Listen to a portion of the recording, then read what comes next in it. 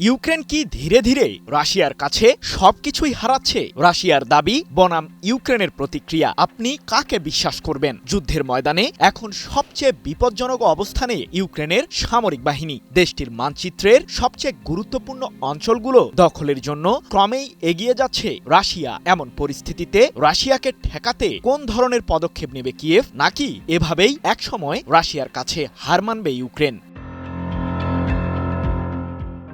রাশিয়াকে কূটনৈতিকভাবে পরাজিত করতে পশ্চিমাদের সাথে আঁতাত করা নিয়ে যখন ব্যস্ত সময় পার করছেন ইউক্রেনের প্রেসিডেন্ট ভলোদিমির জেলেনস্কি, ঠিক তখনই রুশ বাহিনী তাদের লক্ষ্য পূরণে এক বিন্দুও ছাড় দিচ্ছে না। রাশিয়ার প্রেসিডেন্ট ভ্লাদিমির পুতিন তো সম্প্রতি জানিয়েই দিয়েছেন, শান্তি চুক্তি অথবা সেনা প্রত্যাহারের মাধ্যমে ইউক্রেনকে ছাড়তে হবে ডনবাস অঞ্চল, অন্যথায় জোরপূর্বক অঞ্চলটির দখল নেবে রাশিয়ার সামরিক বাহিনী। যদিও ভূখণ্ড ছাড়ের বিষয়ে এখনো গরম সুরে নরম বুলি দিচ্ছেন জেলেনস্কি। কোন ধরনের অঞ্চল রাশিয়ার কাছে হস্তান্তর করবে না কিয়েভ, এই বার্তাই ইউক্রেনের প্রেসিডেন্টের।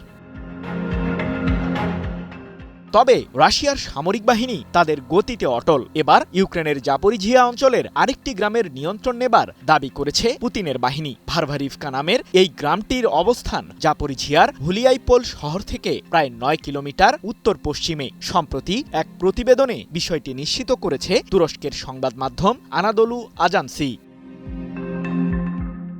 এর আগে ১ ডিসেম্বর রাশিয়ার পূর্ব সামরিক কমান্ড পোস্টের কমান্ডার আন্দ্রে ইভানায়েভ জানান, তার বাহিনী হুলিয়াইপোল শহরে প্রবেশ করেছে, সেই সাথে শহরটিতে নিজেদের অবস্থানও তৈরি করেছে তারা।